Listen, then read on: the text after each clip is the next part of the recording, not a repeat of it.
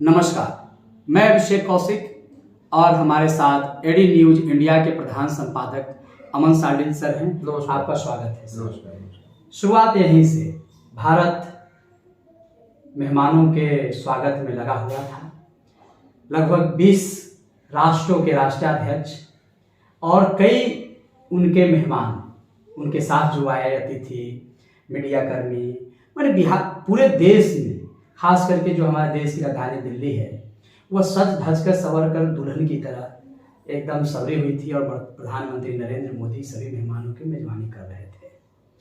लेकिन इस मेजबानी के जो समारोह था, या सीधा इशारा है G20 की तरफ, तो G20 का जो सम्मेलन हुआ या उसके जो मेहमान हुए, उसमें कुछ चीज़ें रोचक रहे। और उन रोचक चीज़ों में सबसे पहले शुरुआत हम करेंगे अपने बिहार के मुख्यमंत्री नीतीश कुमार से, कि बिहार के मुख्यमंत्री नीतीश कुमार को जिस तरह से प्रधानमंत्री नरेंद्र मोदी अमेरिका के राष्ट्रपति जो बाइडेन से मुलाकात कराते हैं, परिचय कराते हैं, इसको आप किस दृष्टिकोण से देखते हैं? क्या भारत की राजनीति में या बिहार की राजनीति में, या कुछ इसका किस तरफ संकेत है? बहुत बहुत धन्यवाद कौशिक जी। सबसे पहले मैं अपने दर्शकों और श्रोताओं को G20 के सफल आयोजन के लिए, जिस तरह से भारत ने सफल आयोजन किया और जो चाहता था वो कामयाबी मिली, इसके लिए मैं आप सभी लोगों का स्वागत करना चाहूँगा। ये हमारे लिए गर्व का क्षण है, गर्व का विषय रहा है कि भारत G20 का सफल आयोजन करने में सक्षम रहा।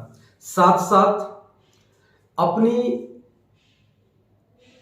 मैं कहना चाहूँगा कि पश्चिमी जगत जो भारत पर दबाव बनाए हुए था रूस और यूक्रेन को लेकर के, भारत वहाँ भी रूस से अपने संबंधों को बचाते हुए एक बीच का रास्ता निकाल करके अपने आयोजन को सफल बनाया। ये एक बहुत बड़ा पूरे दुनिया में एक संदेश गया कि भारत एक ऐसी शक्ति है, भारत एक ऐसा देश है जो रूस और बाकी पश्चिमी देशों के बीच जो तनाव है उसमें अगर संतुलन बनाए रखने में अगर कोई सहयोग निभा सकता है या कोई अपनी भूमिका अदा कर सकता है तो वो भारत ही है।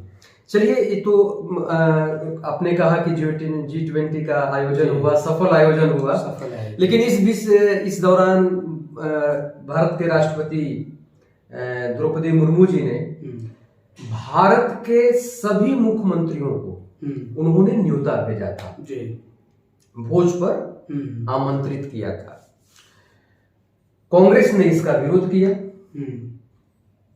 शायद एक हिमाचल प्रदेश के मुख्यमंत्री कांग्रेस के तरफ से गए थे, एकमात्र हिमाचल प्रदेश के, बाकी सभी मुख्यमंत्रियों ने विरोध किया, वो नहीं गए। ठीक है, इसके पीछे बहुत तरह की बातें हैं।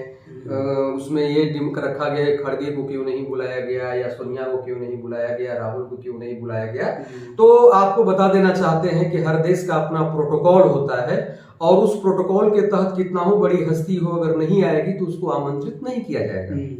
आपको मालूम होना चाहिए कि राहुल गांधी या सोनिया गांधी किसी पद पर नहीं है, इसलिए उसमें आमंत्रण की बात बेमानी है। अगर कांग्रेस इस मुद्दे को उठाती है तो इसको मैं गलत मानता हूँ, क्योंकि भाजपा के भी शीर्ष नेता नहीं गए। भाजपा में भी तो शीर्ष नेता बड़े बड़े थे। ठीक है, मुरली मनोहर जोशी भी अभी जिंदा है, आडवाणी जी भी अभी जिंदा है, सम्मान के तौर पर उनको भी बुलाया जा सकता है, लेकिन कहाँ बुलाया गया? नहीं बुलाया गया। ठीक है, अब रह गई बात कि आपने कहा कि प्रधानमंत्री मोदी जी ने नीतीश कुमार जी को, इसलिए कहना पड़ रहा है क्योंकि हम थोड़ा सा अपने दर्शकों को भी इसकी भूमिका स्पष्ट कर दूं कि नीतीश कुमार बिहार के मुख्यमंत्री हैं और नीतीश कुमार ने ही आज जो विपक्षी एकता है उसका सबसे पहल करने वाला यदि कोई व्यक्ति रहा, या विपक्ष में मोदी के सामने मुखर होकर यदि कोई आगे बढ़ा है, तो वो बिहार के मुख्यमंत्री नीतीश कुमार हैं। बहुत हद तक इंडिया गठबंधन की रूपरेखा तैयार करने में भी नीतीश कुमार की अहम भूमिका है। नीतीश कुमार को आज के डेट में प्रधानमंत्री नरेंद्र मोदी के कट्टर विरोधी के रूप में भी देखा जा रहा है। नीतीश कुमार को प्रधानमंत्री के उम्मीदवार के रूप में भी लोग देख रहे हैं। देखिए, इसके बावजूद इस हम कंक्लूड करें, इसके बावजूद प्रधानमंत्री मोदी यह जानते हुए कि यह हमारा प्रखर और मुखर विरोधी है और राष्ट्रपति, अमेरिका के राष्ट्रपति जो बाइडेन से मुलाकात कराते हैं, तो क्या लगता है कि फिर नीतीश कुमार कुछ इधर उधर करने वाले हैं क्या? आपने एक शब्द यूज किया जी कि ये प्रखर विरोधी है। हाँ, प्रखर और मुखर दोनों शब्द का हमने प्रयोग किया। देखिए, राजनीति जो है ना जी, राजनीति जो है ये अवसरवादी होता है, पहली बात, ठीक है। जी, राजनीति में कोई विरोधी नहीं होता और कोई दोस्त नहीं होता। कोई दोस्त नहीं, अस्थायी। सबसे अस्थायी तौर पर, हाँ, है ना। जी, जितने भी राजनेता होते हैं अपने पार्टी के या अपने व्यक्तिगत फायदे को देखकर, नफा या नुकसान को देख करके ही कोई कदम उठाते हैं, उसका गुना भाग कर लेते हैं। नीतीश कुमार जी ने जिस तरह से INDIA गठबंधन को मजबूत बनाने के लिए प्रयास किया, उनके ईमानदारी पर शक नहीं किया जा सकता। उनने अथक ईमानदार प्रयास, बिल्कुल अथक परिश्रम किया, लेकिन उस अथक परिश्रम के बाद जिस तरह से उस INDIA गठबंधन को हाईजैक किया गया, अच्छा, इससे नीतीश कुमार जी कहीं ना कहीं आहत हैं, कहीं ना कहीं आहत हैं। भाई, अगर किसी भी बिहार के जो मुख्यमंत्री हैं, जो मुख्यमंत्री के पद पर हैं, एक तरफ दबाव, एक तरफ से खास करके लालू प्रसाद यादव जी की तरफ से बनाया जा रहा है कि पद को छोड़िए, आप केंद्र की राजनीति में जाइए। तो भाई, केंद्र की राजनीति में वो व्यक्ति तब न जाएगा जब उस कद के अनुसार उसको हिस्सेदारी मिलेगी या कोई पद मिलेगा या कुछ नेतृत्व करने के लिए कोई किसी तरह का पद मिलेगा, वो आप देने के लिए तैयार नहीं है। नीतीश कुमार जी इस चीज को भाप गए, ये चीज, ठीक है, ध्यान दीजिएगा, इस चीज को भाप गए हैं नीतीश कुमार जी।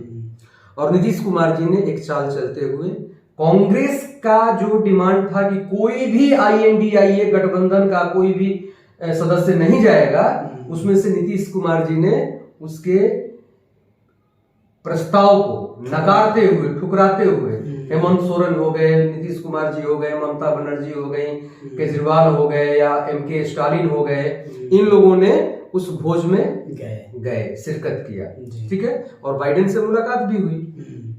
अब चर्चा इस बात की है कि आगे क्या होगा। नहीं, चर्चा इस बात की है कि अगला कदम नीतीश कुमार जी का क्या हो सकता है, ठीक है। तो आपको मैं बताना चाहूंगा कि सीधा और सपाट शब्दों में, सरल शब्दों में इसको समझने का प्रयास कीजिए, ठीक है। जैसे जैसे चुनाव नजदीक आते जाएगा, अक्टूबर, नवंबर, दिसंबर, जनवरी, ये जो INDIA गठबंधन है वो खत्म हो जाएगा, बिखर जाएगा। एक मैं आपको आज मैं लिख करके दे रहा हूं, ये टिकने वाला नहीं है, ठीक है।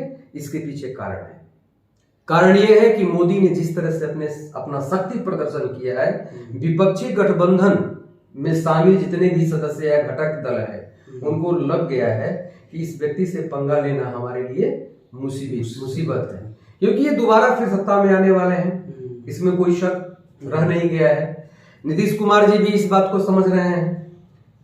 अब नीतीश कुमार जी की चाहत क्या है या मोदी जी क्यों उनको मिलवाए, इसके पीछे क्या राजनीति हो सकती है, तो मेरा ये मानना है कि विश्व स्तरीय बहुत सारे संगठन होते हैं जिसमें भारत भी है, और बहुत सारे ऐसे संगठन हैं जिसमें कि भारत अध्यक्षता भी करता है अपने प्रतिनिधि को रख करके वहां। तो जहां तक मुझे मालूम है कि नीतीश कुमार जी आने वाले समय में INDIA में नहीं रहने वाले हैं, ठीक है। ये पलटी मारेंगे, अच्छा, बीजेपी के शरण में आएंगे, लेकिन ये समझौता भी किसी छोटे मोटे पद पर नहीं करेंगे, जैसे गवर्नर, कुछ लोग कहते हैं गवर्नर बनेंगे, ये साइलेंट पोस्ट हो गया, इस पर नीतीश कुमार जी से नहीं करने वाले हैं समझौता। मेरा मानना है कि विश्व स्तरीय हो सकता है कि कोई बहुत सारे संगठन हैं, उस संगठन में जहां भारत की अध्यक्षता करने की बात होगी, वहां नीतीश कुमार को अध्यक्ष बना दिया जाए, एक वर्ल्ड लेवल विश्व स्तर पर, ठीक है, ताकि इनका पद और गरिमा ये सब बना रहे। एज फॉर एग्जाम्पल मैं बताना चाहूंगा कि यशवंत सिन्हा भाजपा से नाराज होकर के बीजेपी छोड़ भी दिए, उसके पीछे कारण ये था कि वो चाहते थे कि ब्रिक्स के बैंक जो है, ब्रिक्स बैंक, उसका चेयरमैन हमको बनाया जाए, लेकिन मोदी जी ने नहीं बनाया। उससे नाराज होकर के वो पार्टी से निकल गए, फिर पार्टी के खिलाफ में अनर्गल प्रलाप करते रहे। तो वैसे वैसे बहुत सारे पद हैं जिन पर नीतीश कुमार जी को जिस पद को दिया जा सकता है, ठीक है, लेकिन बिहार के मुख्यमंत्री भी नहीं रहेंगे, ये भी तय है।